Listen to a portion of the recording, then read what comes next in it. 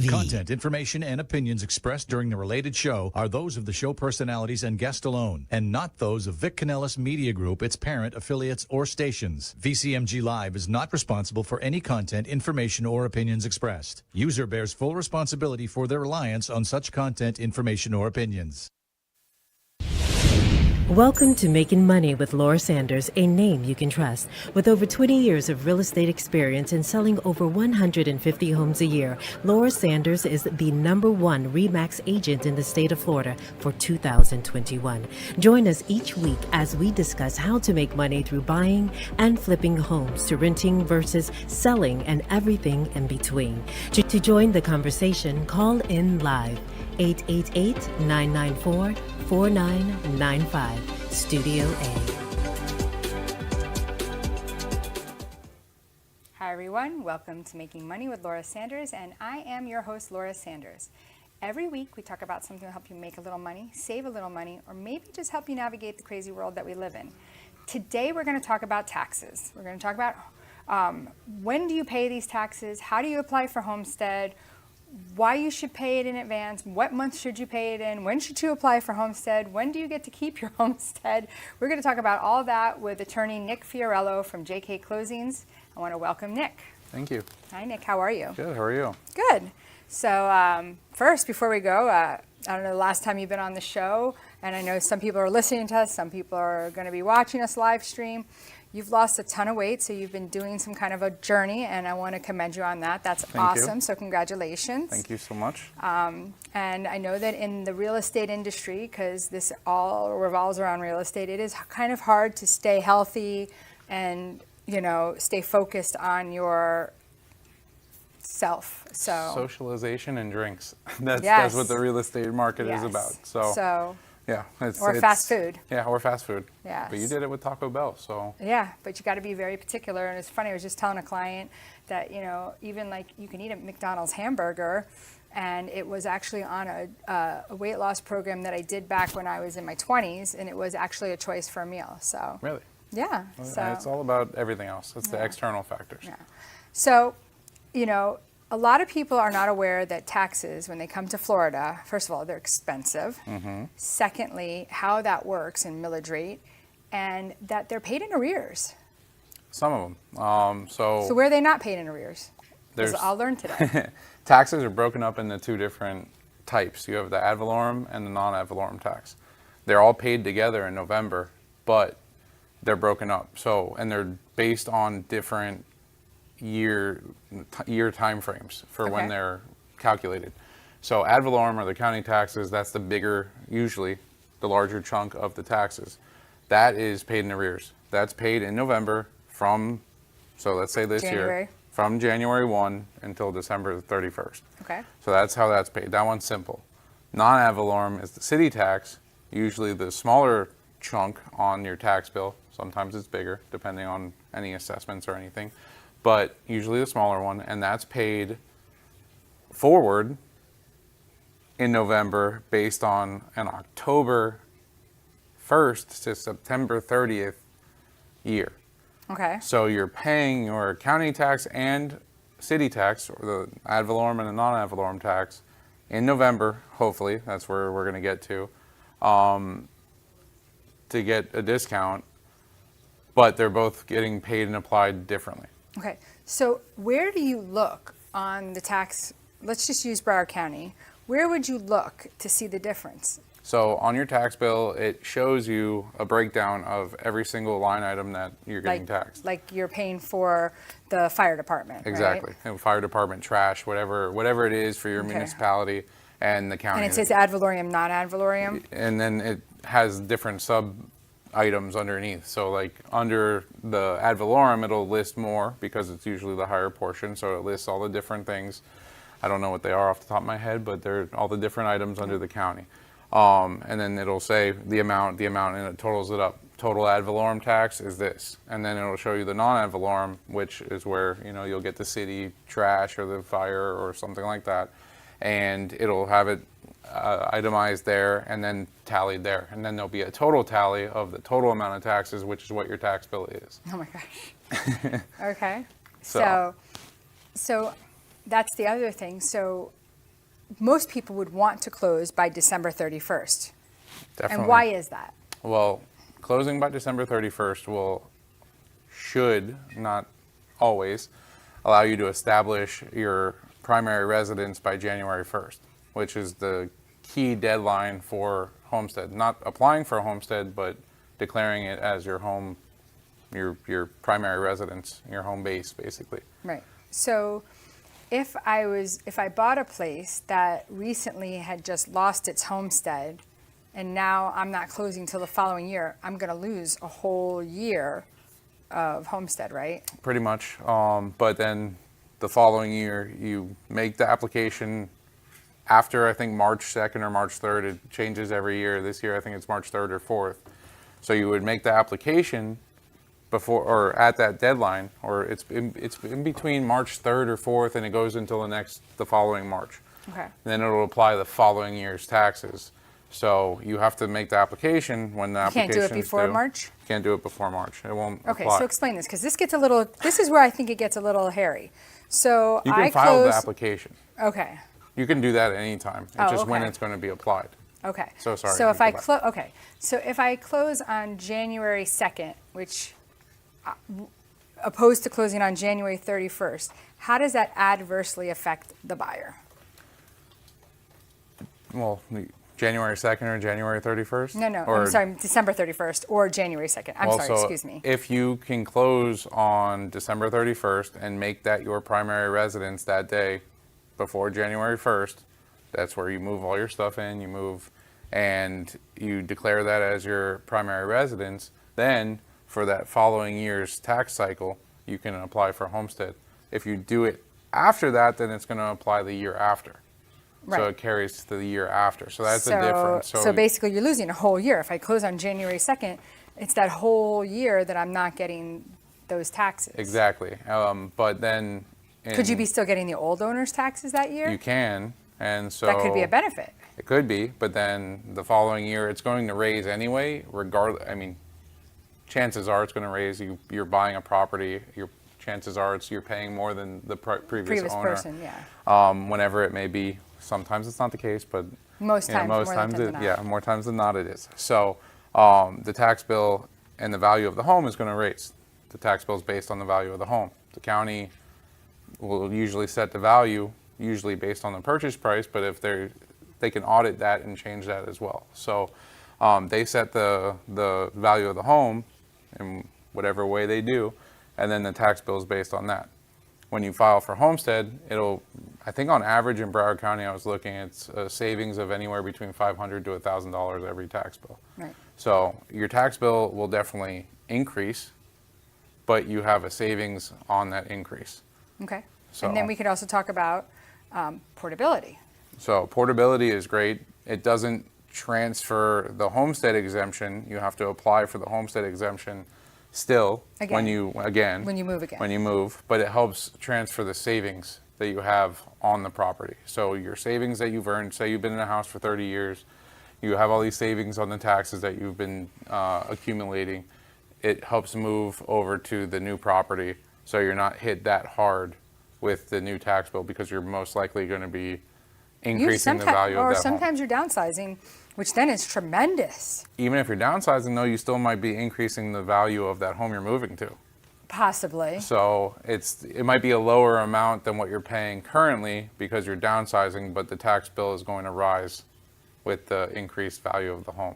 But I've seen where, like, let's say I'm selling a $750,000 house. Now I'm moving a $250,000 condo. Now, yeah, you might have bought that house for $250,000, but now it's $750,000. You've had all these savings for all these years. You take it over to the $250,000 condo, and I've seen where normally their taxes would be $5,000, but now they're going to be somewhere around $2,700. Yeah, that's the county evaluating the property at the value that it's at. So the tax bill, I haven't seen many drop, but it happens. But most of the time, it's gradually going up. Well, so you don't see as many drop, probably because you're not really looking after they've closed. Exactly. Right? I'm Exactly. like trying to show people, hey, if you downsize from this house, and this is what it's going to look like for me. Or if you're upsizing, like I've had it where I've had to actually explain to the mortgage broker, they've given my clients an estimate, and I'm saying, did you use what their future payment's going to be? It might not be this year, right? But I want them to know that it's going to change in that future year afterwards, so that they have an idea. And sometimes people's savings could be $200 a month, which is great. I mean, it's tremendous. Saving money is making money. So exactly, that's why we're here today. That's exactly why we're here today. Yeah. So plus, we also want to make sure that, like, if people are thinking about buying or selling, that they have the right person to talk to. And I can give you the basics, and I'm very good at that. But sometimes you need a lawyer. And you want to make sure that the lawyer that you speak to is educated and has been doing it for a while. Then you guys have a team of lawyers at your facility. Yes, we do. And they do so much for the realtors, so that's another thing. So, we want to get the buyers and sellers to come. And then, the other thing is that sometimes people are quick claiming homes that they probably should not be doing that on their own. Somebody says, oh, just go to the courthouse, just do this. And honestly, Nick is that person that you should be calling before doing that. Definitely. Yeah. I've seen way too many horror stories with people that have done it on their own. They haven't done it correctly. I just helped somebody who got divorced, and they didn't do the deed properly. It was a refinance, and somebody helped them. I don't know who it was. It was a title company, I believe. And there was an issue. Now it's 5 years after their divorce. They haven't spoken. So I had to track down this person to try to find them, to try to have them sign a document, which they were arguing with me that they didn't want to. And I had to explain that, look, you have a divorce paperwork here that says that. So it's a situation like that where it can get really muddy, really hairy, and it's all because somebody didn't do the diligence. That wasn't my deal, was it? No, it was not. Because we had one like that. We've had a couple, but it was not that one. Yeah. So. I mean, yeah, this is making sure your paperwork's done right is a big deal. So sometimes you could be causing yourself more harm than good when messing around with your title on your home. We'll go to commercial break. When we come back, I want to talk about breaking the title. That's another thing that we should really focus on, is that if I do something to the title, how does that affect my title policy? Mm-hmm. So we're going to go to commercial break, and when we come back, we're going to find out, if you mess around with your title, are you breaking your title policy, and are you no longer covered? Stay tuned. At JK Closing Attorneys, we do all of the same things that a title company does, but with the benefits of being a law office. We can help with residential real estate, short sales, commercial real estate, refinances, 1031 exchanges, and FRIPTA withholding. Contact JK Closing Attorneys today at 954-332-3111. Again, that is 954-332-3111. Whether you're buying, selling, refinancing, or building your dream home, you have a lot riding on your loan specialist. Max Fish, a top 1% mortgage loan officer in the nation, will give you a same-day qualifying quote. Max Fish is committed to providing his customers with mortgage services that exceed their expectations. Ensuring that you make the right choice for you and your family is his ultimate goal. Contact Max Fish today at 954-729-6933 or max.fisch@nwmcorp.net. You have been watching Making Money with Laura. For more information, contact Laura Sanders at 954-650-0827 or visit her website at theloracell.com. And now back to the show. Hi, everyone. Welcome back to Making Money with Laura Sanders, and I am your host, Laura Sanders. We are talking about so many different things. First, we're talking about your homeowners, not your homeowner. Oh.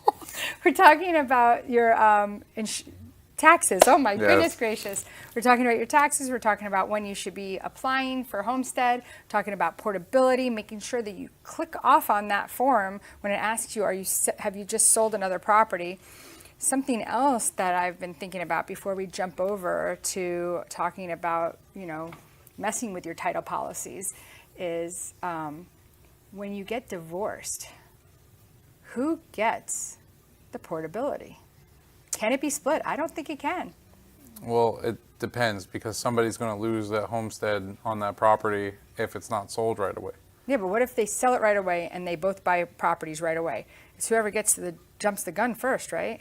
I would assume, this is me, I haven't had this situation before, so I'm not sure. Both of them had entitlement to the homestead exemption, the homestead, the great benefits of homestead. So I believe that both of them would have a claim if they were to purchase a new home. A lot of times people rent, immediately after a divorce or something. But if they both were to purchase a home, I think they both would be able to be entitled, because they each individually, and that's if they individually both applied for homestead, because one person doesn't automatically receive homestead. Let's say somebody owned the property, it was their homestead, they got married, they added their now spouse to title. That now spouse might not have homestead automatically in the property. They do constitutionally, but that's different. But in terms of county taxes and stuff like that, how the property appraiser sees it, they might have to file their own homestead. So in a case like that, the only person to be able to either use the portability transfer or have the benefit roll over into a new property after application, of course. I just thought of something. Like, I just had some people sell their house, but I just realized, and you guys did the closings, and I just realized they never got divorced. Now they're both going to go apply for homestead, but they can't. They can, but no, but you can, only one person can if you're still married. When are they getting divorced, or are they? That's a great question, but you know what? I didn't think about that until about the homestead and applying and not being divorced yet. So there's definitely a lot of wrinkles. Yes. So it really depends. I mean, a lot of the time I tell people before if they're telling me they're getting divorced and they don't have an attorney working on it, they need to meet with an attorney first to iron out these little details. Right. A lot of the times they don't. They're doing it either amicably or without help, and then they miss a lot of these details, and then it falls on title to fix them. Right. Are we okay? Okay. So let's go over to your actual deed itself. So what I've seen sometimes is people will, number one, you get a mortgage and then you try to switch it into like an LLC because they think they're protecting themselves. That is a problem with a mortgage company, because they could do what's called a due on sale clause, which most people are not aware of.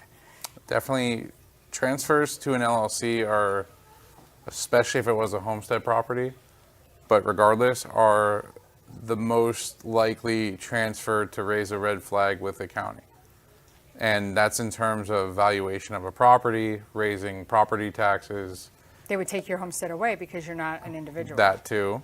And this has been a trigger for a lot of counties lately to audit the property. We've had it before where we've done a quitclaim deed. We advise everybody that we do a quitclaim deed for when they're doing it into an entity, especially we do it for everybody anyway, that the transfer may trigger either an audit by the county, or it may trigger new property taxes, a raise or new property taxes due. So when there's an LLC, you're automatically taken out of an individual's name. It's a completely separate entity. It's not like a trust or anything like that. It's not an estate. It's a business. And what I've seen, and I saw this recently, is somebody's taxes jumped about $10,000 because they bought a property. They won't go back and fix it. No, I mean, there's ways to appeal your taxes. There's the Value Adjustment Board. Yeah, but that's like... You still have to pay 75% of your taxes and a large chunk of it when it's due to not get penalized later on. But the transfer into an LLC could really lead to a lot of money being due and owed the next roll around of your taxes. It just happened. I just saw it with 2 or 3 clients who did it. Yeah, and we've seen also where there's been issues where people have transferred the deed out of like doing that, and now there was a title issue and that broke their chain of title. So now they're no longer covered, and people are like, oh, well, I'm sure it's fine, right? The house has been sold. Yeah, things happen. Sometimes people don't have people sign off, and then those people die, and you can't go back and find them. Now you got to find their heirs, and if they have 10 heirs, you got to get all 10 heirs.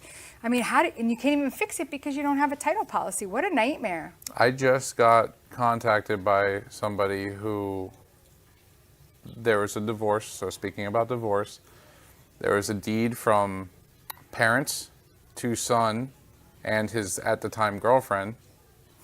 So Yeah. I don't know the fact. It was in the middle of the 90s. I don't know why that was done. Then son and girlfriend got married. Okay, at least they got married. And then got divorced. And then they did a deed after the divorce, but failed to put girlfriend, wife / whatever she was into the deed. So now the title went back to the parents, who are now deceased, and the girlfriend still has an interest in the property. So now we have to find her. She hasn't been involved in the picture for 30 years. And now we have to find her to sign off her interest. That didn't break the title, it just messed up the chain of title. But now we have a messy chain of title, which can really But you found her. came on my desk this morning.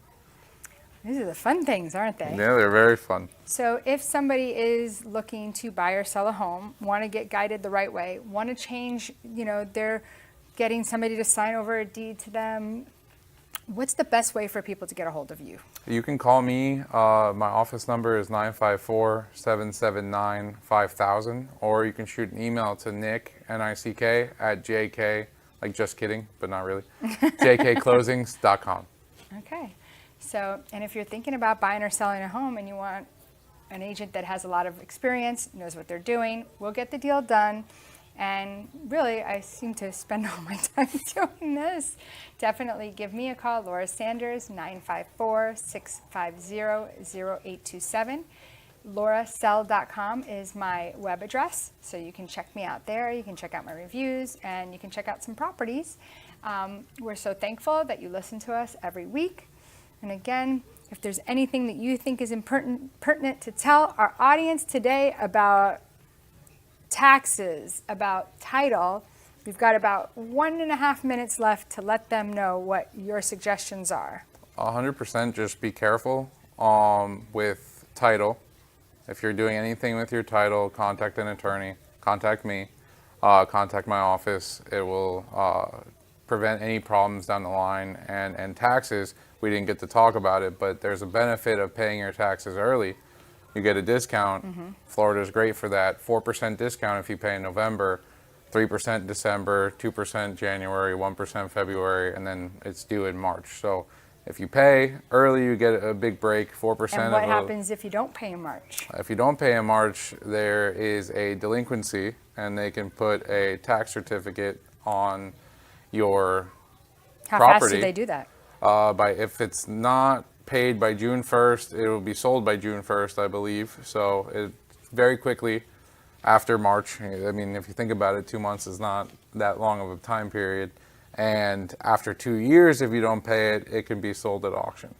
So the person that got the tax certificate, though, they don't get the property. It's still sold at. They don't get the property. There's 2 years. What they do is, They get interest. They get interest. So at the time, whenever you, as the owner, can sell it, you sell it. You have to, not sell it, pay it off. It's a lien on the property at that point. It's the first lien. So you sell it off. You have to pay all interest on it, and you can get that tax certificate redeemed, meaning your property will be clear.